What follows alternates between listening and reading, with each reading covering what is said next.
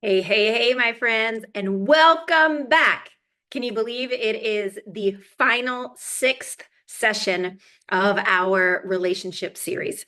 So, we had a situation where we are undergoing construction for a remodel in our typical facility. So, I'm bringing you the final session via recording as well, even though we had planned that we'd be getting together. So, we're going to get together again very soon, but I wanted to make sure and get this content into your hands as soon as possible.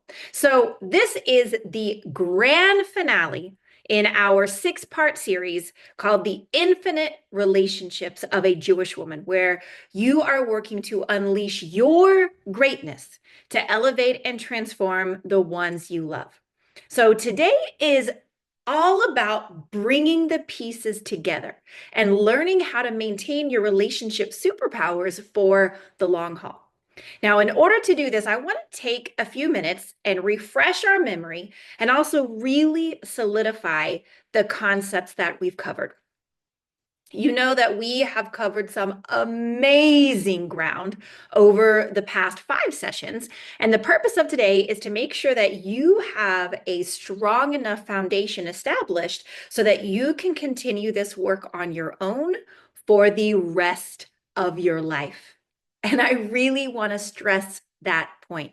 Y'all, this truly is a lifelong work because your relationships will be important to you throughout your lifetime. It's said that people come into your life for a reason, a season, or a lifetime.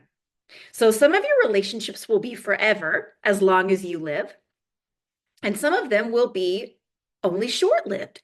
And that's okay. But regardless of the length of the time that these people are in your life, you want to make those relationships meaningful while they're there. Correct? In fact, I want to share with you an example from my own personal life. One of the rules of engagement, if you will, that I have always had, I mean, for a couple of decades with my employees, students, and volunteer teams over the years is as follows. And I share this verbatim. We will likely not work together forever. But my goal is that at the end of our season together, however long that may be, that we can both look back on this relationship and feel wholeheartedly that we are both better humans as a result of this season together. In fact, this is even a part of my new employee orientation so that I can manage expectations in advance and set the bar for a meaningful relationship. So if these are with my professional relationships, how much more important is it with our personal relationships and our loved ones? Now, these types of relationships only happen if you are acting proactively and strategically as the captain of your ship, if you will. Now, this means that A, you have taken the time to define your life values and map out a strategic plan to achieve them, which obviously what we're saying here is that we've defined a value that our relationships are important to us, right? And then B, that you are actually charting your course to achieve your desired destination, which of course is what we did in session 1 of this course. Okay, it's been said that anyone can steer a ship, but it takes a leader to chart the course. And we talked about leadership in session 5, which we'll circle back to in just a few minutes. So here's my big question for you. Are you currently acting as a leading lady in your own life? Many, many years ago, probably, gosh, 20 years ago, there was a very popular movie came out that was called The Holiday. This was back when I still had TVs in our house and we were watching movies all the time. And I loved, loved, loved this movie. And there was this scene in the movie that has stuck with me for the last couple of decades where Kate Winslet, who was one of the stars of the movie, was meeting with this elderly man named Arthur. And Kate Winslet was down in the dumps. She was really in a low place in her life, and she was having a bit of a pity party. And she befriended this elderly man named Arthur. And one night they had gone out to dinner. And author says to Kate Winslet's character, Iris, why are you not acting as the leading lady of your own life? He says, you see, Iris, in life, there are leading ladies and there are support characters. And it seems to me that you are not currently playing the leading lady in your own life. And Iris just sits there like flabbergasted. And she says, Author, I've been paying thousands of dollars of therapy over the years, and no one has ever put it as eloquently and painfully as you have put it to me just now. And I always think about that. So, my friend, do you want to make sure that you are playing the leading lady in your own life and not some supporting actor? This means that you're not simply just riding around in the passenger seat of your own life as a blind consumer.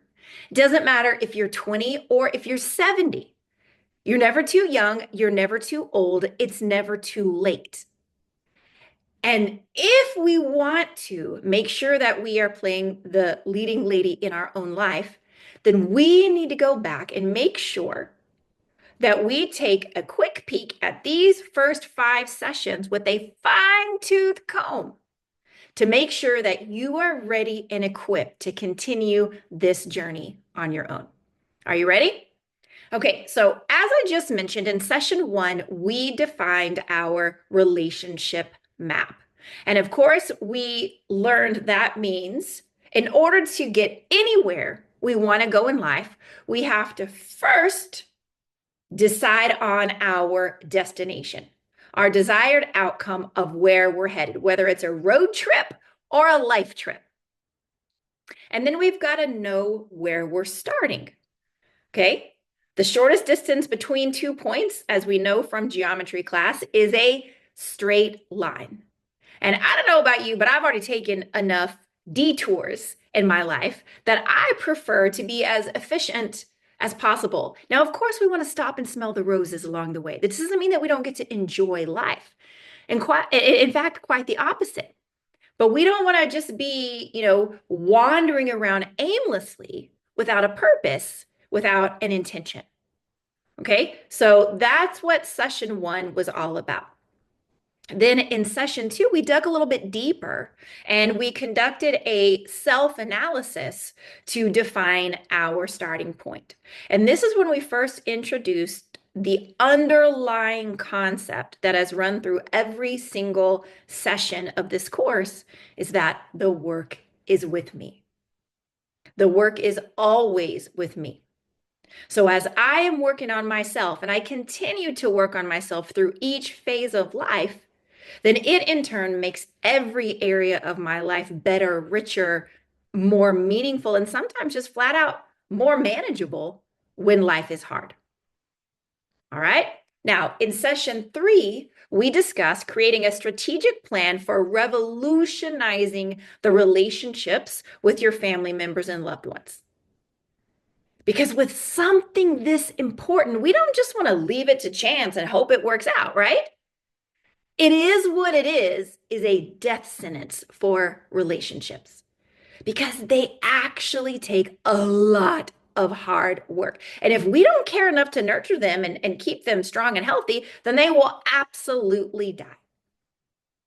So go back to session 3 if you need a refresher on how to create a strategic relationship for a strategic plan and to map out a strategy for your relationships. Then in session 4, we introduced the concept of using personality styles and love languages to transform our relationships. Okay, so we introduced the DISC personality grid, and then we introduced the 5+2 love languages. So in a very abbreviated nutshell, DISC, the 4 quadrant personalities. These are your dominants, your bossy, they're doers, they're delegators, they're quick to make decisions. They don't hem-haw about things. They're very cut and dry. Okay, let's make a decision and move on. And they will oftentimes step up to the plate if someone needs to become a leader in a situation.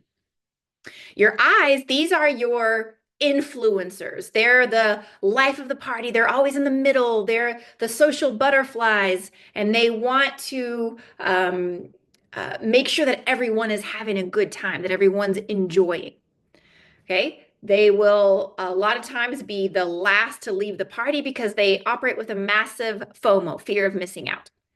Your S personalities, these are your steadiness driven people where they can be slow to make decisions. They're very slow to change. They seldomly change, and they can be very cranky if they are forced to make a change.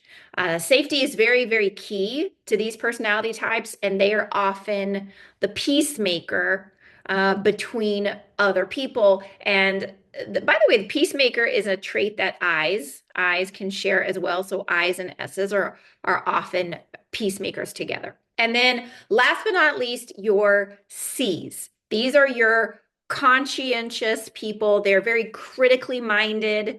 They are calculated. They are paranoid of being wrong, of making mistakes.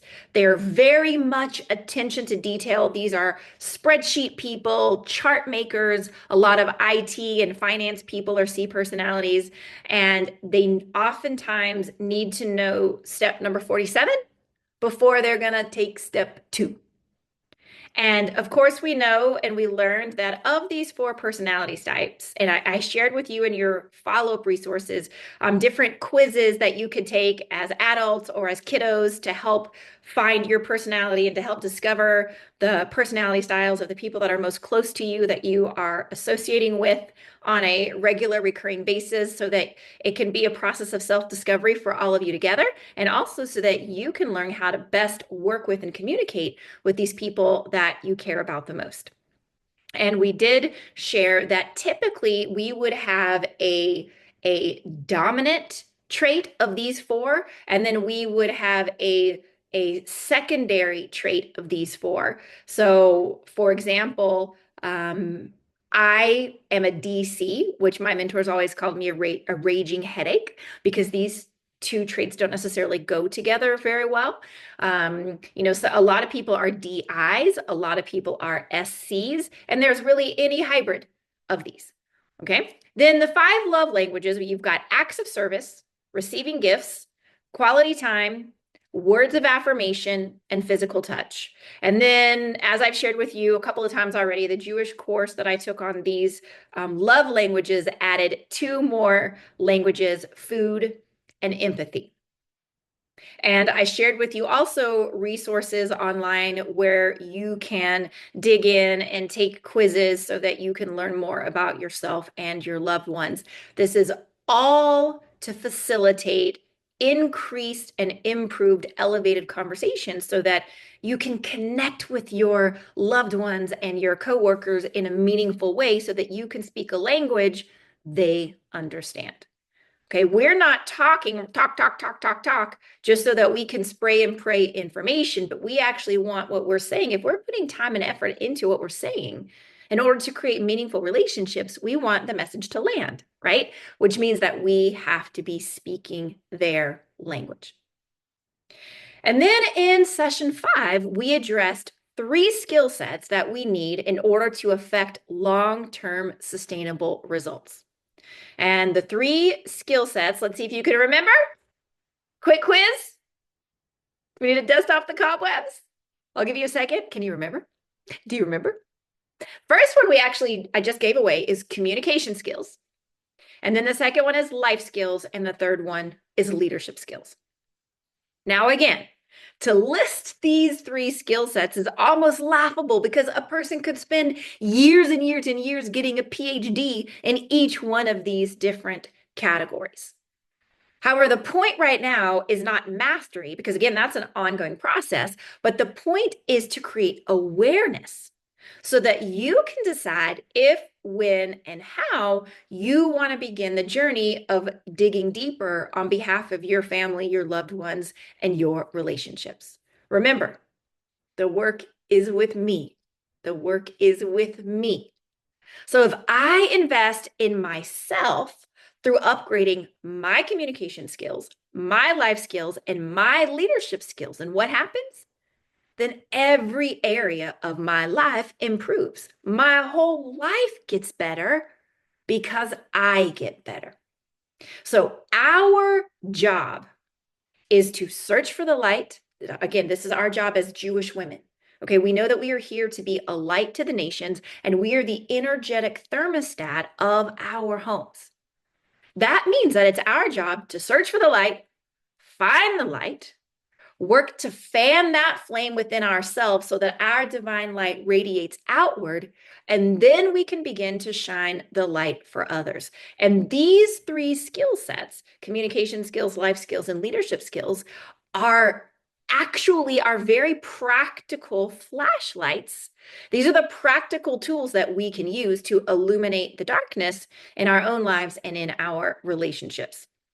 So, just for a quick review of these three skills, remember communication skills, this is all about learning to speak the language of the other person because communication is the root of every relationship. And on the flip side of that coin, poor communication or a breakdown in communication is the root of the breakdown of every relationship. So, as we have already stated multiple times, growing our communication skills is a lifelong process. But being aware of this as a necessary skill in our toolbox is a huge step in the forward direction in all of our relationships. And I did share a few books in the Session 5 resources that can be extremely beneficial when you're starting to up level yourself and you're really ready to dig in here. Okay, life skills. Remember, life skills, this is a very general term for pretty much everything you need to know in life that wasn't taught in like reading, writing, and arithmetic. Okay, so the examples of life skills, and again, this is just some of them. It is not an all-encompassing list, but the examples I shared with you last time: self-awareness, critical thinking, creative thinking, problem solving, decision making, interpersonal relationships, empathy, coping with stress, coping with big emotions, time management, money management, emotional management, household management. Okay, adding to our repertoire of life skills is a never-ending process as well. But again, at the risk of sounding like a broken record, it is imperative that we internalize this. Being aware of this is as a necessary skill in your toolbox is a huge step in the forward direction of all of your relationships and the richness of your life in general. And then we finished off last session with leadership skills. And when people hear this term leadership, it can be a very triggering word, and we think, oh, it's not me. Because we typically jump right to like CEOs or somebody's boss or speaking on big stages. And those actually aren't the most common uses of leadership. Remember, leadership is influence, nothing more, nothing less. And leading others is one piece, and then learning to lead ourselves is a whole different ballgame, right? We're leading the army of one. And we are typically the one that is gonna like jump ship, revolt, say, no, no, no, no, I don't want to follow anymore because who are you to tell me what to do? I don't want anybody telling me what to do. So we make terrible followers. But learning to lead ourselves is learning to have that internal discipline and that internal accountability. So remember, leadership doesn't mean just speaking from the front of the room, but leadership is often the strategy that happens behind the scenes. And this is where you become a leader in your own life, is you take time out, you hunker down, you pull yourself out of the rat race, and you decide what are your values, what are your priorities, what are your life goals, and you work on putting plans together in order to make that happen. And I do have a follow-up resource that I am happy to share with you. I'll share it as our final follow-up email to this course, a tool that I have that can help you do exactly that. Okay. And I want to share a reminder one last time about the Frierdiker Rebbe, the previous Lubavitcher Rebbe, that he required of all of his followers that they invest a half hour per day thinking about the chinuch, the education of their children. And this is beyond, this is even after they left their home as children, even when they were grown up. Because we're always leading by way of example and by way of sharing mentorship and wisdom, even with our grown children, right? Think about when we need advice from our own parents. Okay, so what the Frierdiker Rebbe was raising and training his followers and his students to do was teaching them the importance of strategically planning how to invest in the education, growth, and development of their children, because he understood that your offspring is the greatest legacy that you will ever leave in this world. That is true leadership. Okay, leaving money or material possessions behind for our children pales in comparison to the wisdom and life lessons that we leave with our children. So let's talk about, for example, with our let's say our spouse.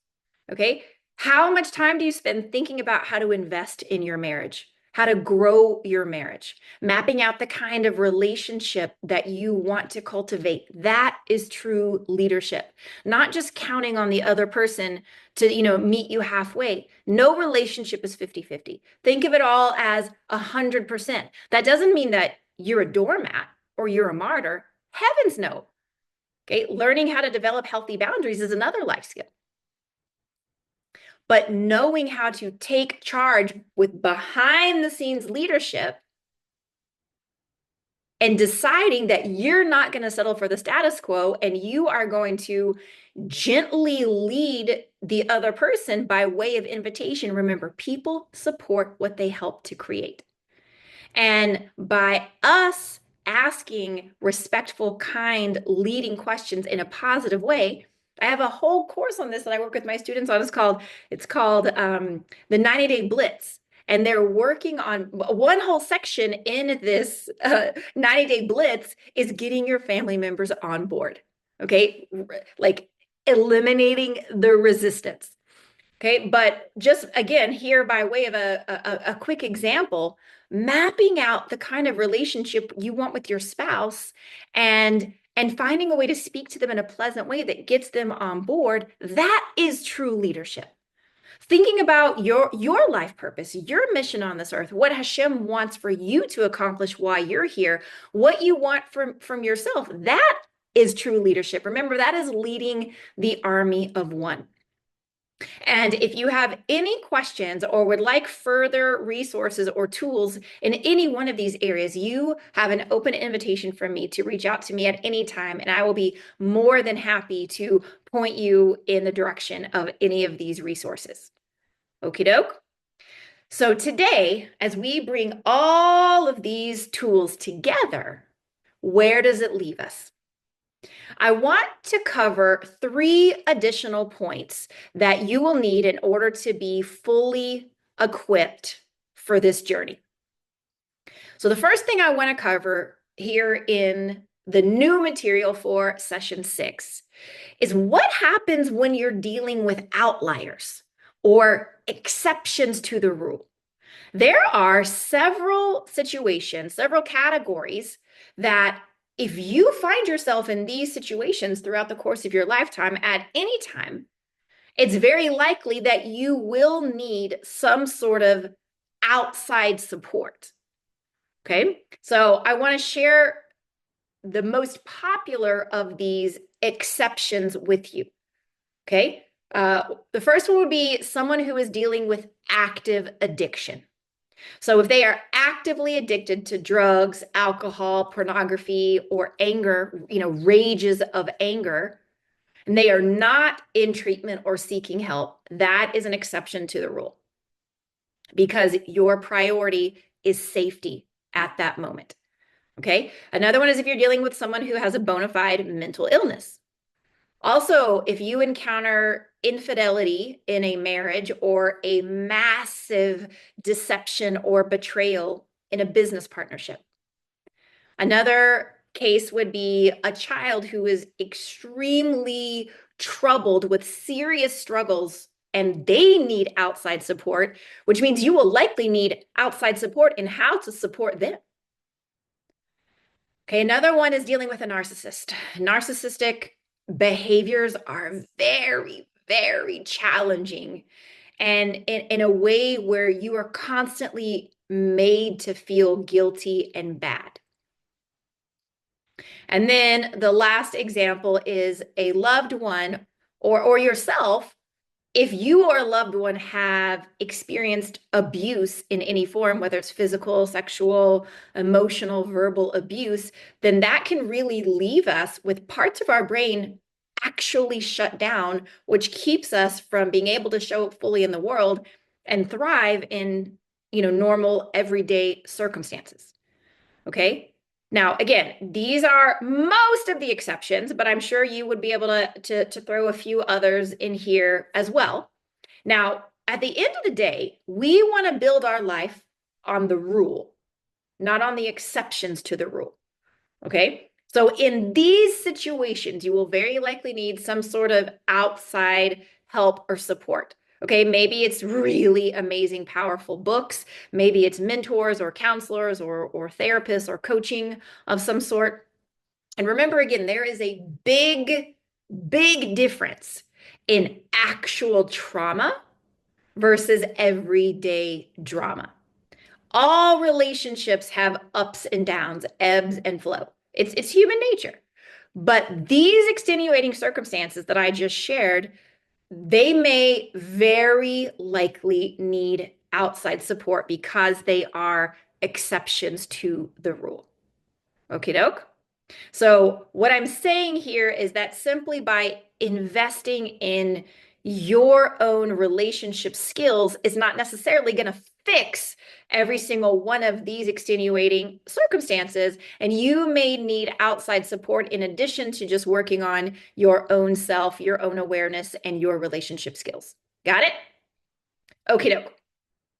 Second thing I want to cover here is transcending triggers.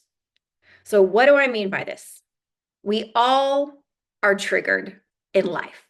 We all have things that drive us crazy. They catch us off guard. They set us off. We think we're doing fine. We think we're calm. We think we've got our act together. We think we're poised, polished, and everything is going well.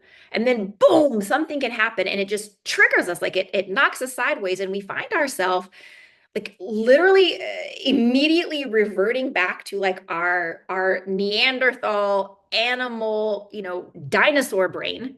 And we're in fight, flight, or freeze. We've lost any ability to think strategically, to think proactively, calmly, and we are just in the red zone. We can't think straight, we can't see straight. Our blood pressure is up. We lose our temper, we lose our cool, and we are reacting emotionally. It's like our brain has just turned off and there is no cognitive functioning happening whatsoever. Okay. It might be somebody cuts you off in traffic. It might be road rage. It might be your kid's tone of voice. It might be, the way the house is left messy. It might be the way that, something a spouse says or something a parent says or a coworker that is just grating your nerves all the time. I mean, there are so many different things it could be. It could be looking at the bank account and seeing the bank account go in the wrong direction. We all have our own various triggers. In order to thrive in life and to really function at an elevated state of being, we must learn how to transcend the triggers. How do we do that? Just thinking about this makes us need to take a deep breath, okay? So I want you to do that right now with me. In through the nose, out through the mouth. First thing is that even just talking about this conversation, we need another reminder that the work is with me. And like we learned from the Baal Shem Tov, every person, every situation, every trigger for sure is a mirror that is being held up in our face to show us that there is something about ourselves that we see deep in that person, and that's what's triggering us. And it is usually either a character flaw or a past trauma that we need to address and heal. Because the Baal Shem Tov says, if you were not holding at a place where there was a bit of you, your ego still conflicting and like causing friction with what you're seeing in that other person or that situation, you wouldn't even notice it. It wouldn't bother you. It's like when you're going through the grocery store and, some little toddler is arguing with their mother, it doesn't trigger you because it has nothing to do with you, right? So same is true here. Anytime you feel yourself triggered, you have to remember it's Amira, the work is with me. And what can I learn from this situation? How can I really do deep introspection? And maybe you need to speak to a mentor or a rabbi or someone that you trust, a coach, a teacher that has enough wisdom that can help you really, if you can't see it yourself and you're thinking, oh, man, I'm the polar opposite of this person. What is it? What's going on here? Why is it triggering me so badly? A lot of times it helps to talk to a mentor, someone that has wisdom that can help you like zoom out and look at it from an objective point of view to help you find what is that little nugget in there that needs to be refined into your diamonds. Okay, so the next layer of this, and this is probably the key, most critical factor here, is learning to let go of the outcome. A lot of times, if we are super married to one particular outcome, we can like dig our heels in and we can get so stubborn about something and we can't seem to move past this thing. And so, what we have to remember here is that the outcome is not the worry of a Jew. A Jew focuses on the work, the effort, and then we let go. We do the best we can with a happy heart, and we let go and give the rest over to Hashem, to our creator. Because the outcome is completely out of our hands. And we can learn that bitachon changes our lot and it can completely break through nature. But our job is not to be addicted or married or attached to the outcome. We can have goals and dreams and we can pray for things. But if we are stressed and addicted and attached to the outcome, whereas the loss of that thing uproots our identity and creates frustration, anger, lack, scarcity within us, that's just another trap of the Yetzer Hara.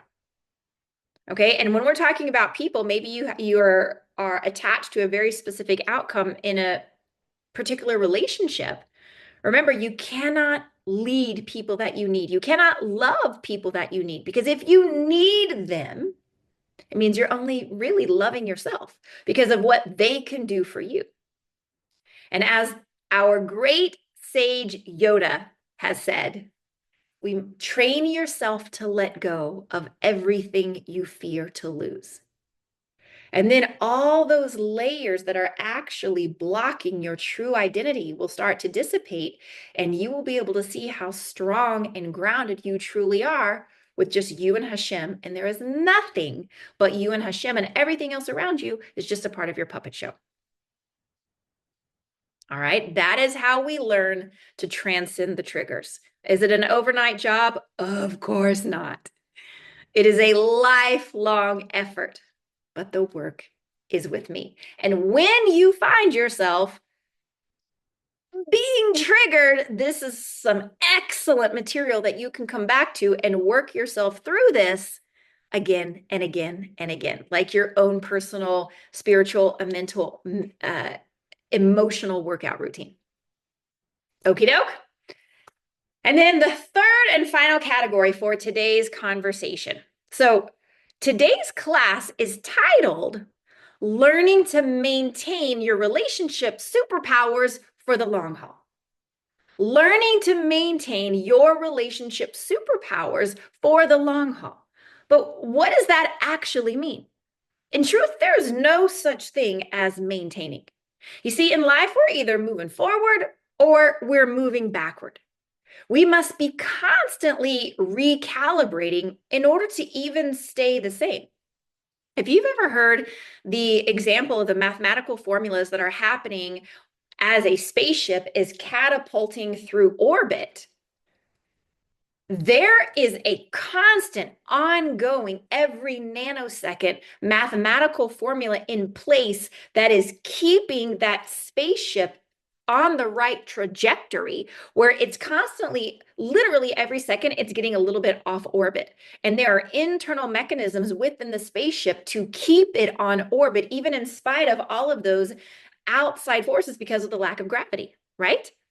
So, same thing holds true for us. In fact, there are two very powerful laws of nature that come into play here.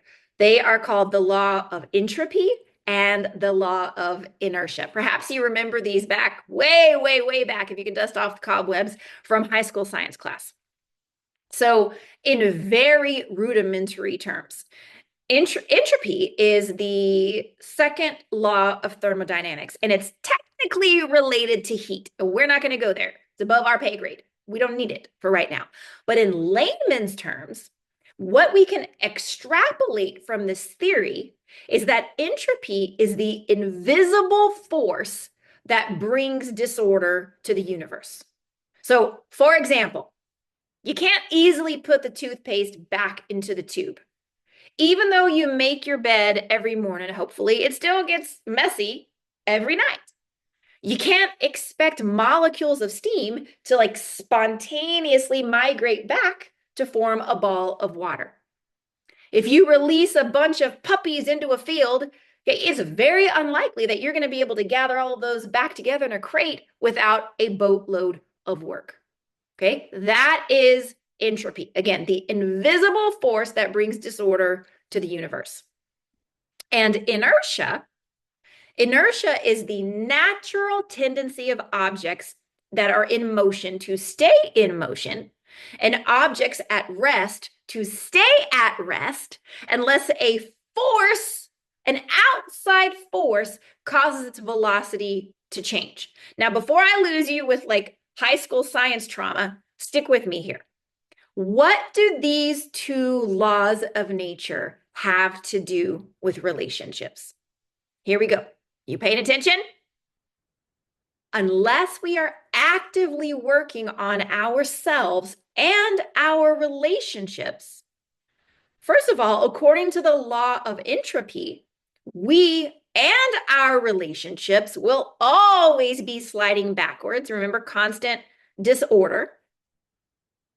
And according to the law of inertia, they will stay in motion in that direction of disorder until they either A, hit some sort of a threshold, like a rock bottom, that keeps them from sliding any further. So you can think status quo or your comfort zone, or until we actively work to revive them, elevate them, and keep them in an upward, forward trajectory.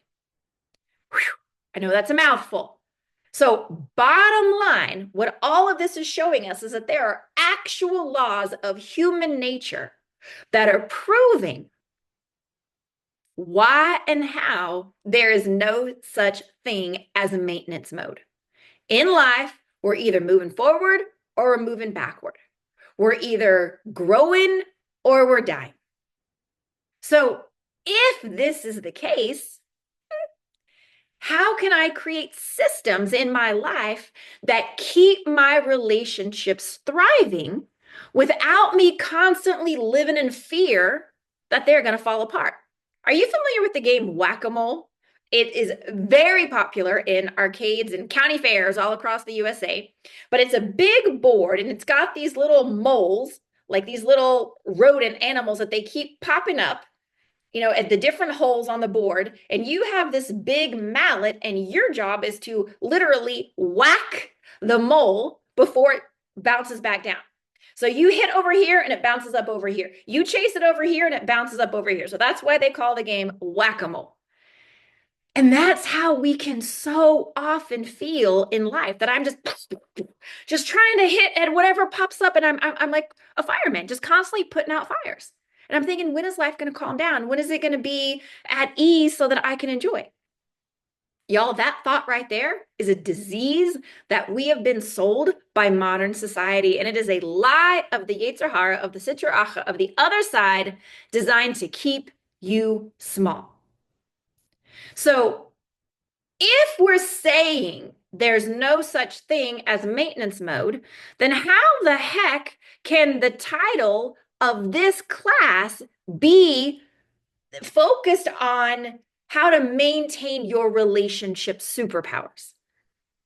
Okay, and I want you to understand here, the key word is maintaining your relationship superpowers, not maintaining your relationships. Okay, so how do we do this?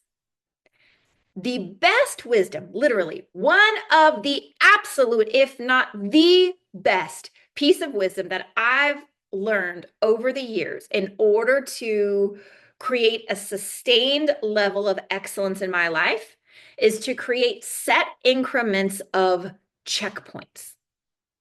Okay, and these are what I call my life systems. So what I asked you a minute ago is, how can we create systems in our life that keep our relationships thriving without us constantly living in fear that they're going to fall apart? And these systems, what is a system? A system is something that works without you having to manually turn it on all the time, right?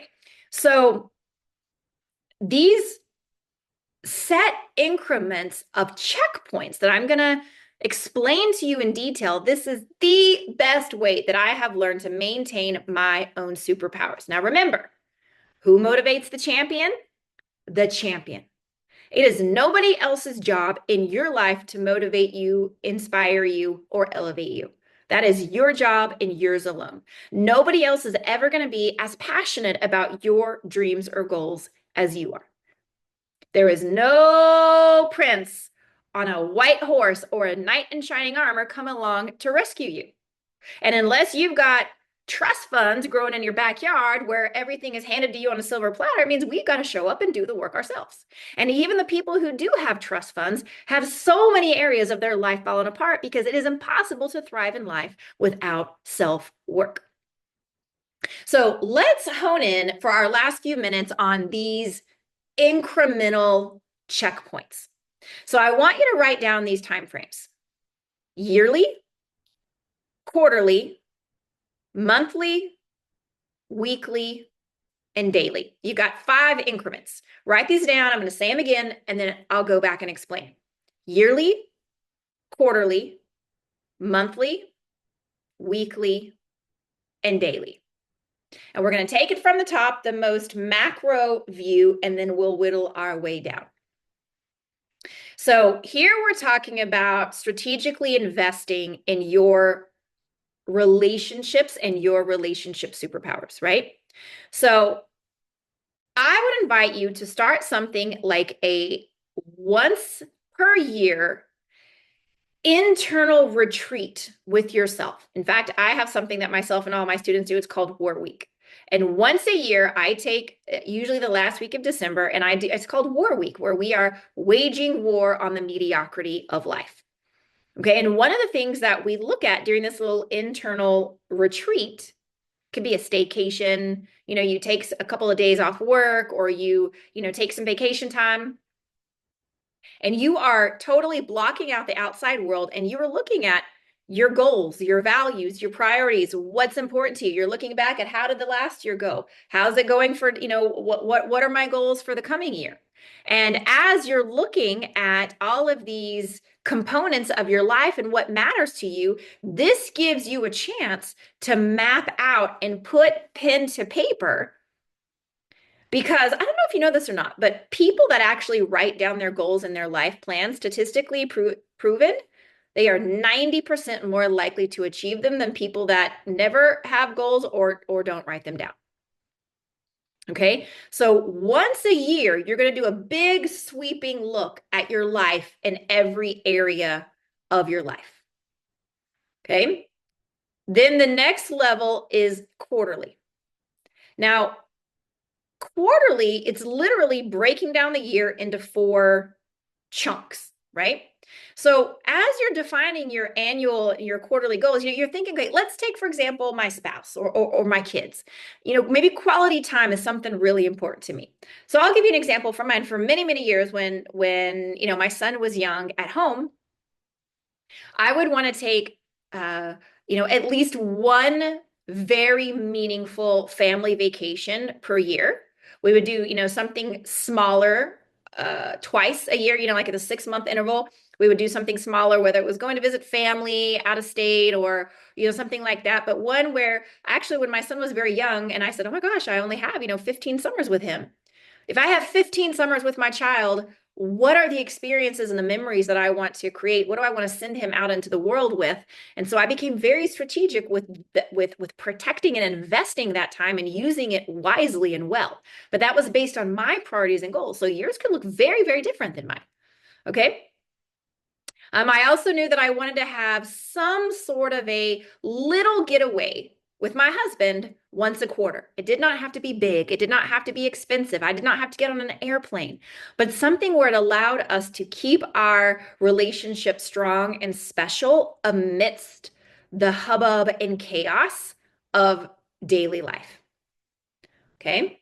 Monthly, at the beginning of every month, I'm sitting down and I'm looking at the landscape of the next 30 days. Okay. What are the big things we need to accomplish this month? How did last month go? Did we have quality family time? Did I make a point to experience happiness myself? Did I have a chance to get together with friends last month to where I had something just for me? Because when I have things just for me, everybody else in my family is happier, right? If mama ain't happy, ain't nobody happy. And it's so wise and so true that sometimes mama needs to get away in order for mama to come back with her cup full, right? Before you can put the mask on your neighbor, you got to put the mask on yourself. And you are the giver, giver, giver, giver, giver, giver. And if all the energy and lifeblood is being siphoned out of you, you've got to make sure that you are filling your own cup and you've got your IV connected so that you can constantly be full so that you can give away to the people that you love. It doesn't have to be big. Maybe you need it once a month. Maybe you need it once a quarter. It's no right or wrong. It's just up for you to decide. So if you decide that you want a once a month, dinner or escape or whatever, maybe you want a once a month date night or you want a once a week date night or once every other week date night, whatever you want, and a lot of that's just trial and error. Okay. And then that's where the next level down is weekly. And you're looking at what is really important to you on a weekly basis so that everyone in your house can experience peace and joy. Maybe you have once a week game night, or maybe it's a family dinner. If family dinners don't work for your house because of sports and other activities, that is perfectly okay. Nobody says you have to have dinner together every night to be a thriving family. That is a load of hogwash, by the way. Okay. Maybe y'all get together for late night tea or early morning tea or like I said, a popcorn, game night, something where you can connect together at whatever increment you decide is great. And you can, remember, people support what they help to create. So get your kiddos and your spouse involved and let them vote and have say in what makes home magical for them. Okay. And then last but not least, the most micro level is the daily level. After we've got yearly, quarterly, monthly, weekly, the most microscopic, where you're micromanaging your life is that daily level. And what I do here, and again, this is just a suggestion and it's an idea, it's not something you have to implement, but I do something that's called an evening review. And every night I take 15 minutes and I look back at my day and I look at what went well today. What did I accomplish? How did I feel? How did I make other people feel? Where did I get tripped up? Where did I lose it? Where did I get triggered? And I really work on like some deep transformation of those things. And then I take a couple minutes and I just look for tomorrow and I set my intentions for tomorrow. And then I look at my task list to prioritize my task list for tomorrow. Okay. Now I'm not even going into a whole time management and time mastery for high achieving women here. That's a whole different course and a whole different conversation. Right now, I'm strictly talking about under the auspices of relationships. Okay. Even though you would actually tackle time management at each one of these increments, it's very much mirrored in how we manage thriving relationships. Okay. So with these examples that I gave, this is not meant to add anything else to your to-do list. Okay. There is no right or wrong here. This totally based on what feels best to you. But if you can set some alarms, set some appointments with yourself, I literally have on my 12-month calendar, I have my war week blocked out. Like nothing can interfere with that week. I have my quarterly strategy sessions marked out. I have my monthly mapping sessions, my weekly planning sessions, and my evening reviews marked out. And these are my anchors. These are my systems that allow me to function and thrive at a much higher level in life than I would ever be able to achieve if I were just going with the flow and reacting to whatever happened around me. Now, again, unfortunately, these are not things that are taught in school. But these are life skills that we can learn if we decide that we want it badly enough. Okay, now remember, if I invest in myself through upgrading my communication skills, my life skills, and my leadership skills, then what happens?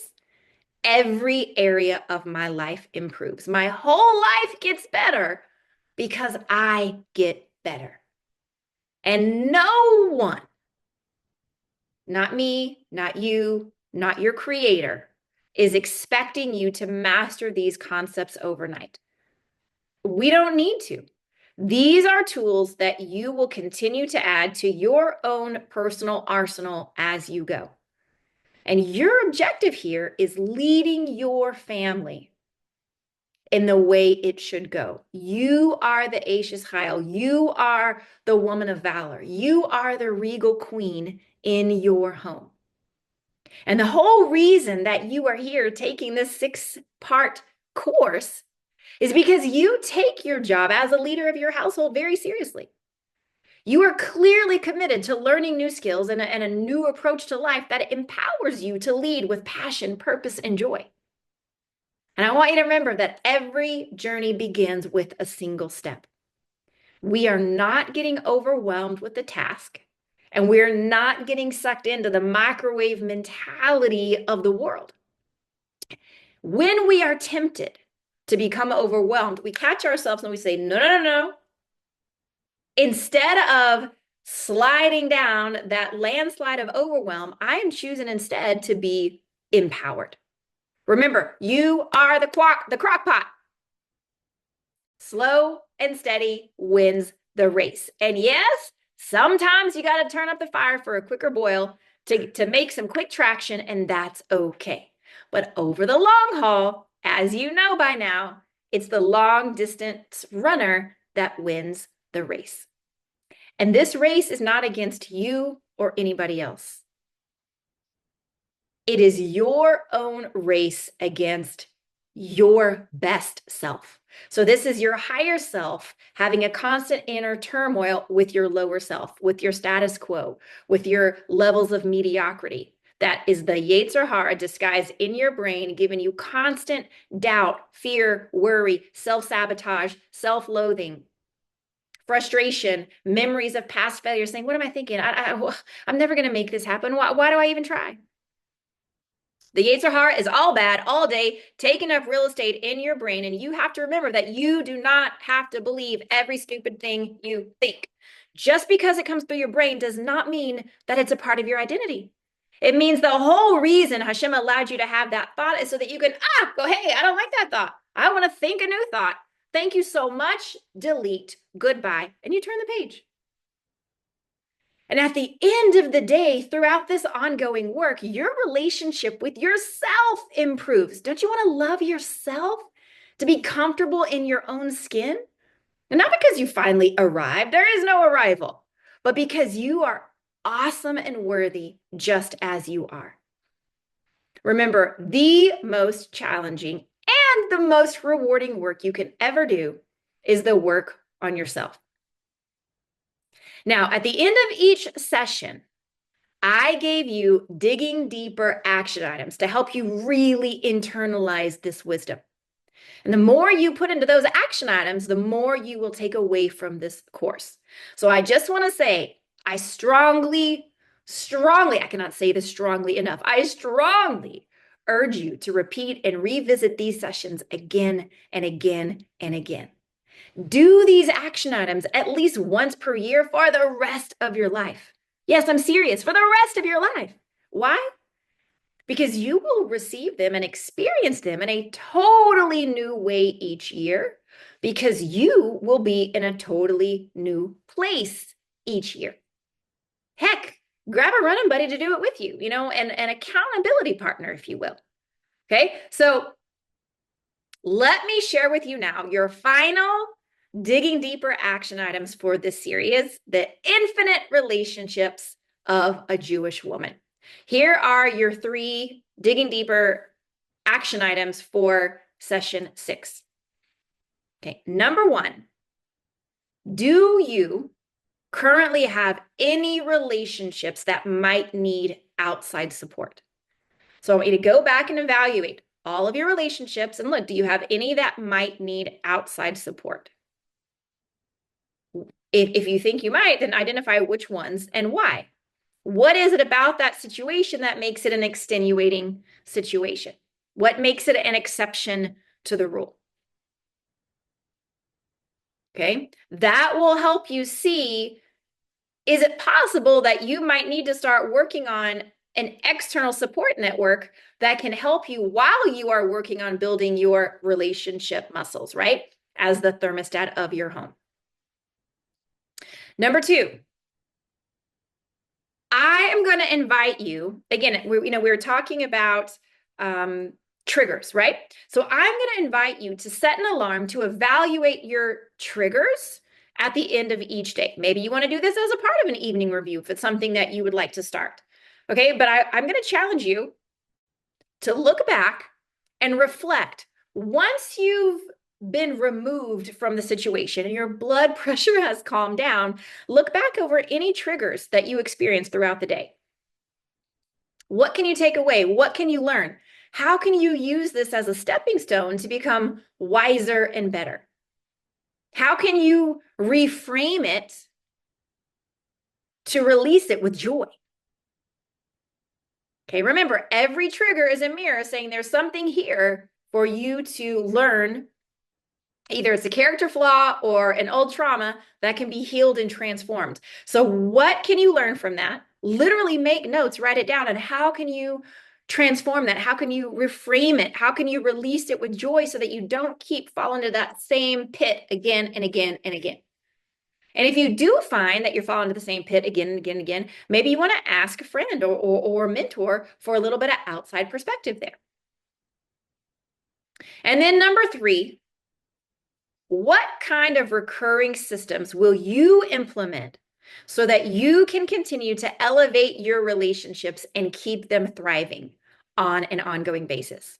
Maybe you want to block out in your 12-month calendar. Well, maybe you want to start with a 12-month calendar. Maybe you want to, block out a little internal retreat. Maybe you want to set a monthly or quarterly strategy session. Maybe you want to set an evening review. And how do you do those? You block them in your calendar or you set alarms on your phone. Make appointments with yourself. See, we very rarely break commitments and appointments with other people, but how often do we break appointments and commitments with ourselves? This is where that internal integrity comes into play. The work is with me. The work is with me. My friend, it has been my sincere honor and deepest pleasure to host this course with you. And maybe one day down the road, we'll do it again as a workshop style where we actually work on the action items together and we discuss them together in group sessions, because that is a whole new level of deep progress. But for now, you have the content and you can go back and listen to it as frequently as you want, as often as you want, as many times as you want. So as we wrap up, I just want to share one final thought. We talked in the beginning of this course about being a personal development junkie versus someone who is truly doing the work on themselves. So personal development junkies, they love to read the books, they love to go to the workshops and the seminars, and they love the woo-woo experience. But at the end of the day, they're not willing to do the deep work. So I want to invite you right here, right now, no matter what has been your experience in the past, from this point forward, make the decision and choose to be the one who can say, I am so glad I did, instead of falling by the wayside with those who wish they had. So one final time for now, I just want to tell you again how much I love you.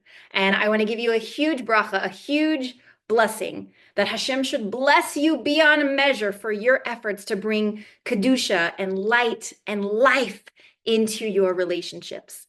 And you as a Jewish woman are a literal piece of Hashem. That means that you are infinite. You are limitless. I love you. Bye for now.